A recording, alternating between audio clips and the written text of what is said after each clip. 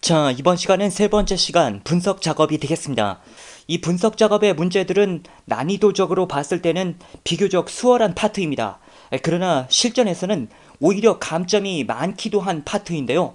왜 그러하냐면 배점이 높다 보면 이 한 문제에서 수행을 해야 될 일들이 많고 또 그 중에 뭔가 실수로 놓치게 되면 바로 그 부분에 점수가 없어지기 때문입니다. 어느 한 부분도 소홀히 해서는 안 된다는 의미가 되겠습니다. 자, 그럼 이러한 것들을 참고하시고요. 강의실로 들어가도록 하겠습니다.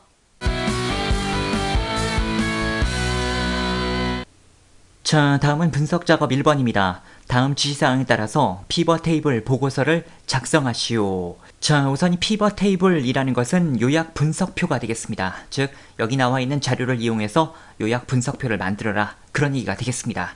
이 피벗 테이블을 만들 때는 원본 데이터 범위를 블럭 설정을 한 다음 작업을 시작하는 것이 좋습니다. 해서 여기 B의 2에서부터 표의 맨 마지막까지 블럭 설정을 일단 해주시면 되겠습니다. 이 피벗 테이블 명령은 메뉴바의 데이터에 있는 명령은 아니지만 필드명까지 블럭 설정을 해야 되는 명령이 되겠습니다. 블럭 설정을 이와 같이 한 다음 메뉴바의 삽입, 표에 피벗 테이블로 들어가시면 되겠습니다. 그러면 피벗 테이블 만들기 대화 상자가 나오게 되겠고요. 첫 번째로 이 표의 범위를 지정하게 되어 있는데 앞서 우리가 블럭 설정을 하고 피벗 테이블로 들어왔기 때문에 자동으로 블럭 설정이 되어 있는 상태입니다. 그 다음에 피벗 테이블을 어디에 넣을지를 또 선택을 해줘야 되겠는데요. 문제 지문에 보면 피벗 테이블 보고서를 B의 44셀에 작성하시오 라고 나와 있습니다. 그 말은 현재 워크시트 내에 B의 44셀에 나오게 해라 그런 얘기거든요. 해서 새 워크시트가 아닌 기존 워크시트, 즉 현재 워크시트의 B의 44셀을 체크를 해주시면 되겠습니다. 자, 확인. 자, 그러면 이와 같이 피벗 테이블이 만들어질 영역과 필드 목록창이 나오게 되는데요. 우선 이 필드 목록창이 저처럼 이렇게 떨어져 나오는 분도 있고 이거 더블 클릭하면 이렇게 고정되어서 나올 수도 있거든요. 둘 다 상관은 없기 때문에 여러분들이 작업하기 편한 배치로 놓고 작업을 진행하시면 되겠습니다. 만약 분리를 원한다면 여기를 좀 오래 잡고 있어야 돼요. 오래 잡고 있다가 바깥으로 이렇게 떨어뜨려 놓으면 떨어져 나오기도 하겠습니다. 자, 직위를 페이지로, 부서 코드는 행으로 처리하고 데이터에는 전산 이론, 전산 실기의 평균을 계산해라 이렇게 나왔는데요. 이게 지금 각각의 영역들을 말하는 것입니다. 페이지는 바로 이 필터 영역을 말하는 겁니다. 이 필터 영역은 다른 말로 페이지 영역 혹은 보고서 필터 영역 이렇게 말합니다. 그래서 이 필터 영역에다가 직위 필드를 갖다 놓으라는 거예요. 잡아다가 이렇게 드래그하면 되겠고 만약에 이걸 다시 없애려고 한다면 잡고 바깥으로 나가시면 되는 겁니다. 어쨌든 직위를 필터 영역, 페이지 영역에 갖다 놓으시면 되겠고 그 다음에 부서 코드는 행 영역에 배치를 하고 그 다음에 열 영역은 언급이 없습니다. 안쪽 데이터에는 전산 이론과 전산 실기의 평균이 나오도록 해라. 전산 이론과 전산 실기의 평균이 나와야 되는데 지금 저는 합계가 나왔습니다. 이런 경우에는 해당 필드에 이 화살표 버튼을 눌러서 각 필드 설정으로 들어갑니다. 해서 여기서 평균을 체크를 해주시면 되겠습니다. 이쪽도 마찬가지가 되겠습니다. 예, 그러면 일단 문제에서 말한 대로 각각의 영역들에 해당 필드들을 넣어서 대충 피벗 테이블이 만들어졌습니다. 일단 이 창은 닫아 놓겠습니다. 피벗 테이블 보고서의 레이아웃과 이 레이아웃은 전체적인 배치를 말하는 겁니다. 위치는 그림을 참조하여 설정하고 보고서 레이아웃을 개요 형식으로 표시하시오. 자, 그러니까 문제에 나와 있는 그림을 참고하고 보고서 레이아웃을 설정해라 그런 얘기가 되겠는데요. 커서를 이 피벗 테이블 안쪽에 갖다 놓게 되면 상단에 이렇게 피벗 테이블 도구라는 란이 나오게 되겠습니다. 여기서 이제 디자인으로 가보시면은 보고서 레이아웃이 나오는데요. 그 보고서 레이아웃은 크게 세 가지가 있습니다. 압축 형식, 개요 형식, 테이블 형식이 있는데요. 우선 첫 번째 이 압축 형식 같은 경우는 지금 이 기본 값이 압축 형식이에요. 여기가 행 레이블, 그리고 지금은 열 값이 없어서 열 레이블이 안 보이는데 이 행이나 열 부분이 행 레이블, 열 레이블로 보이는 것이 압축 형식입니다. 반면 개요 형식이나 테이블 형식 같은 경우는 체크를 하면 필드명이 보여지게 됩니다. 지금 문제에서는 개요 형식으로 설정을 해라 라고 했으니까 일단 이렇게 개요로 설정을 하면 되겠고 테이블 형식과의 차이점은 제가 조금 이따가 다시 말씀을 드리겠습니다. 부서 코드의 첫 번째 문자가 G인 자료는 관리 본부로, T인 경우에는 기술 본부로 그룹을 작성하시오. 자, 그러니까 이 부서 코드의 앞에 첫 글자가 G인 자료, T인 자료 뭐 이런 것들을 이제 각각 그룹화시켜라 그런 얘기인데요. 그런 경우 일단 G인 자료를 이렇게 블럭 설정을 하고 오른쪽 버튼 그룹으로 들어갑니다. 그러면 뭐 이와 같이 그룹 1 나오게 되겠고요.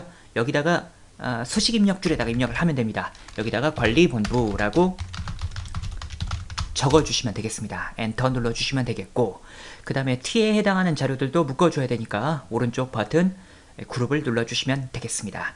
역시 마찬가지로 그룹 2번을 기술본부라고 적어주시면 되겠습니다.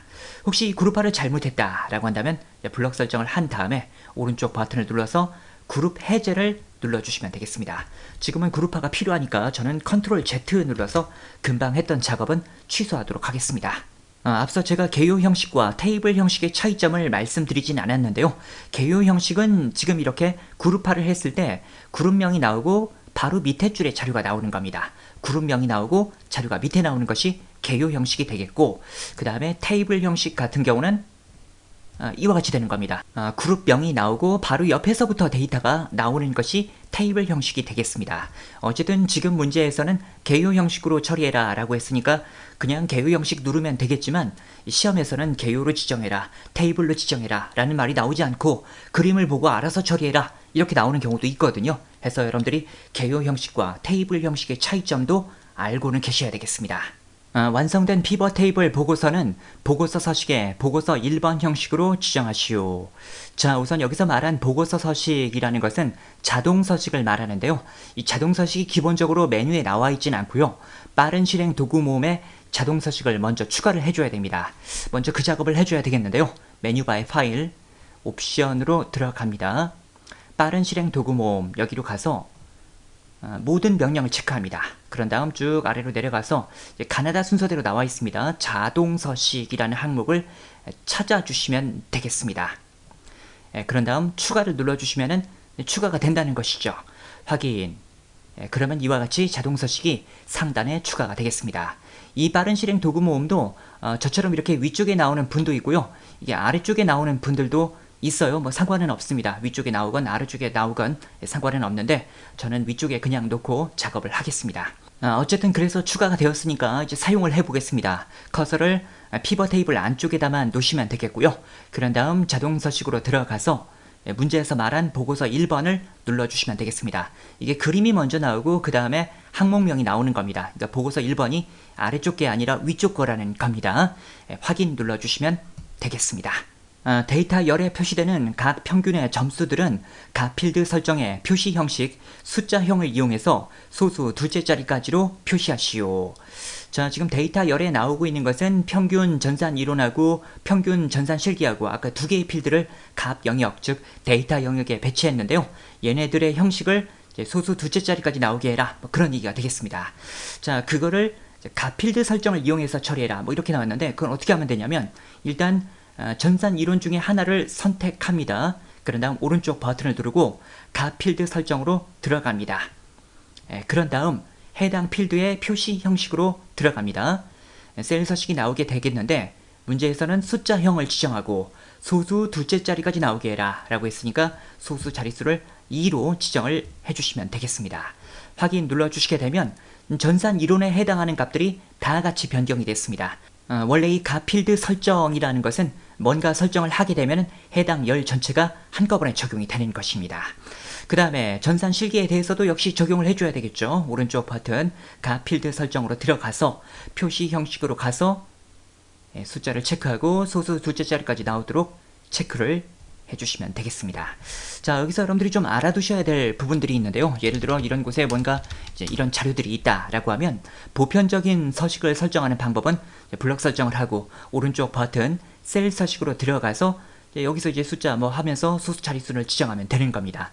그리고 피벗 테이블 내에서도 블럭 설정을 뭐 이렇게 한 다음 오른쪽 버튼을 눌러서 셀 서식으로 바로 들어가서 형식을 지정하는 것은 가능은 합니다. 다만 시험 문제에 어떤 명령을 이용해라 라고 했을 때는 반드시 그 명령을 사용해야 됩니다. 지금 문제에 그냥 숫자형 소수 둘째 자리까지로 지정해라 라고 했다면 각 필드 설정을 이용하건 그냥 셀 서식을 이용하건 둘 다 가능하겠지만 지문에 각 필드 설정의 표시 형식을 이용해라 라고 언급을 했다면 이 명령을 반드시 써야 되는 것이거든요.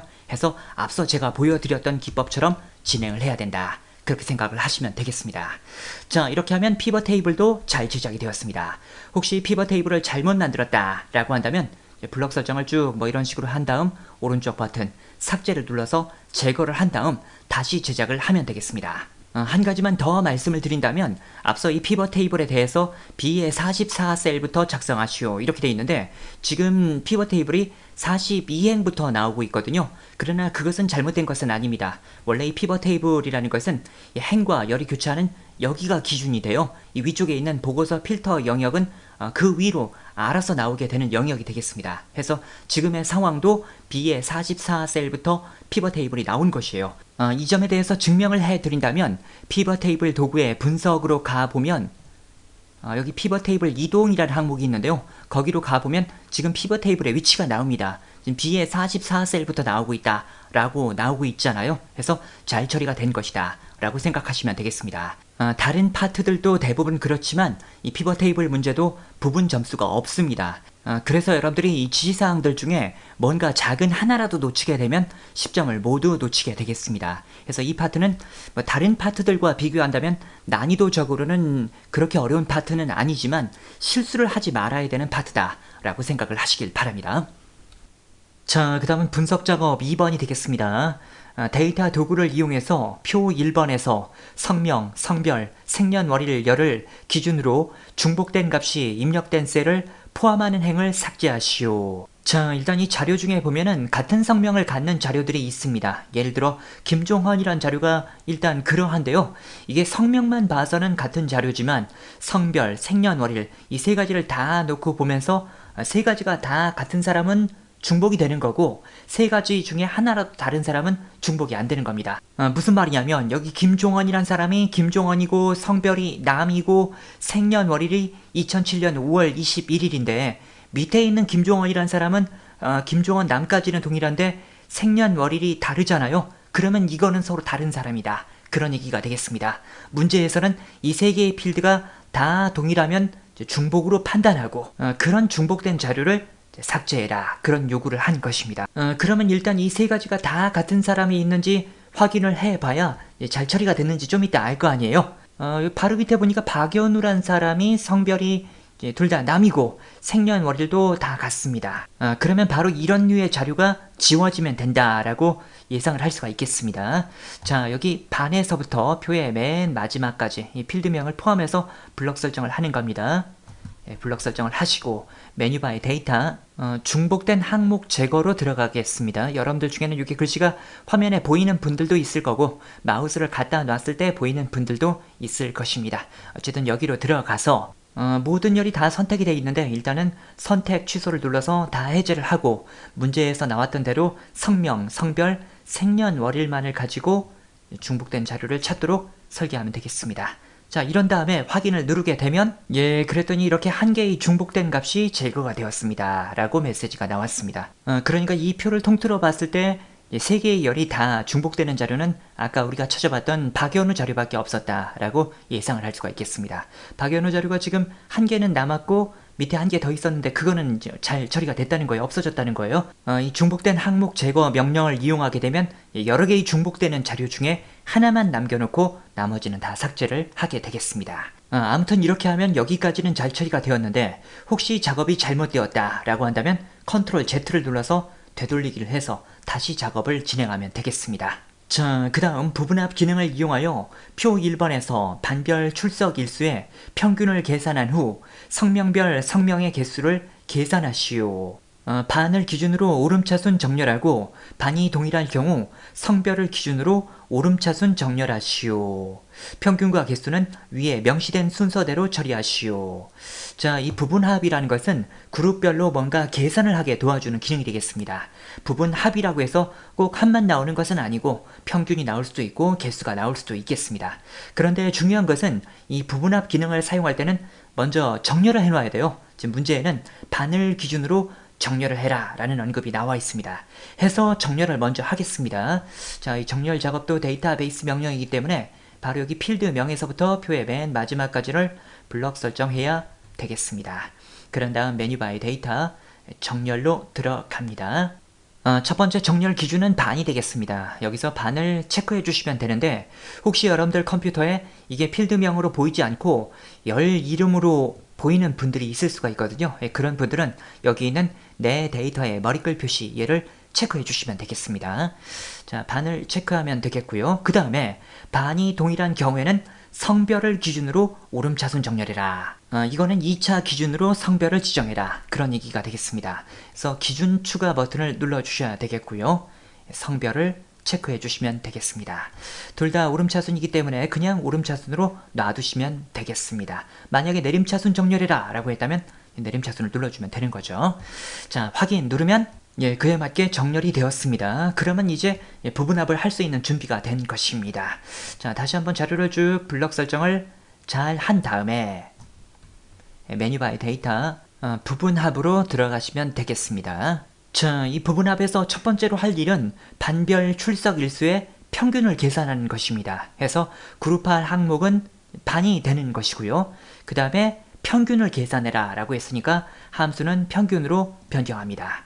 그 다음에 출석 일수의 평균을 구해라 라고 했으니까 출석 일수가 체크가 돼 있으면 되겠습니다. 이미 체크가 저는 돼 있기 때문에 그냥 그대로 놔두시면 되겠습니다. 자, 그 외 나머지 옵션들은 일단 그냥 그대로 둡니다. 일단 확인을 누르겠습니다. 그러면 반별로 평균은 일단 계산이 되었습니다.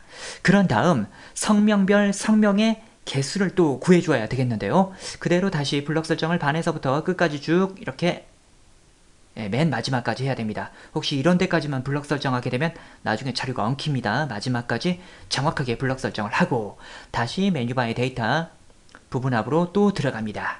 이번에는 성별을 체크합니다. 그 다음에 사용할 함수는 성명의 개수를 구하는 거니까 개수로 변경을 해줘야 되겠습니다. 그 다음에 출석 일수가 아니라 성명의 개수니까 성명을 체크해 줘야 되겠습니다. 그런 다음 그냥 확인을 눌러서는 안 되고요. 여기 보시면 새로운 값으로 대치라는 옵션이 있는데 요거를 해제해 줘야 됩니다. 왜냐하면 요거를 체크를 해놓게 되면 말 그대로 새로운 값으로 변경이 되어갖고 아까 구했던 평균은 없어지면서 지금의 개수만 나오게 됩니다. 그러나 지금 우리가 원하는 것은 평균도 나오면서 지금 구하는 개수도 같이 나와야 되는 거잖아요. 그래서 이 경우에는 새로운 값으로 대치를 해제해 줘야 되겠습니다.